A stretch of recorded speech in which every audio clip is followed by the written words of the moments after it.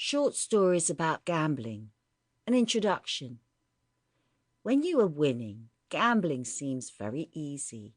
You place a bet and receive your winnings. The thrill is a joyous electric shock of joy and applause and winnings. If you lose, well, at first you know your luck will turn. It must. You're a winner. But if your luck fails and keeps failing, misery endures and then envelops your life. Everything is centered on that next roll of the dice, the turn of the card. Nothing else matters. You are addicted. These two sides of the coin are examined here by some enthralling literary talents, such as Alexander Pushkin, James Joyce, Ella Darcy, Bret Harte, Anthony Hope, and Saki. The Queen of Spades by Alexander Pushkin. 1. There was a card party at the rooms of Naramov, a lieutenant in the Horse Guards.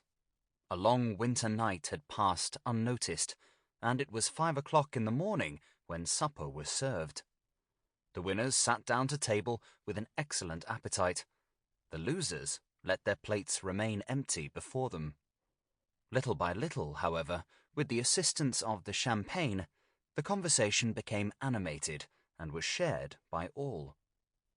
"How did you get on this evening, Surin?" said the host to one of his friends. "Oh, I lost as usual. I really have no luck. I play Mirandol. You know that I keep cool. Nothing moves me. I never change my play, and yet I always lose." "Do you mean to say that all the evening you did not once back the red? Your firmness of character surprises me." "What do you think of Herman?" said one of the party, pointing to a young engineer officer. "That fellow never made a bet or touched a card in his life, and yet he watches us playing until 5 in the morning. "It interests me," said Herman, "but I am not disposed to risk the necessary in view of the superfluous." "Herman is a German and economical.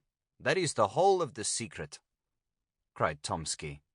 "But what is really astonishing is the Countess Anna Fedotovna." "How so?" asked several voices. "Have you not remarked," said Tomsky, "that she never plays?"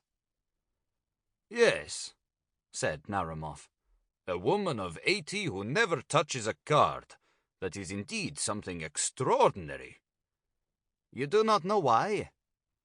"No. Is there a reason for it?" "Just listen.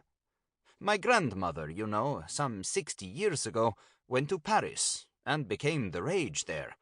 People ran after her in the streets and called her the Muscovite Venus. Richelieu made love to her, and my grandmother makes out that by her rigorous demeanor she almost drove him to suicide.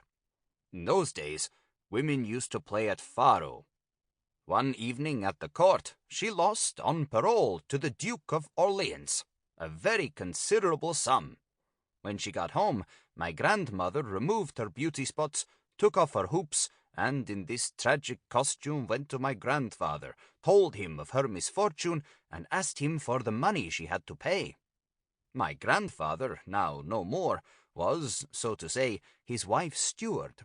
He feared her like fire.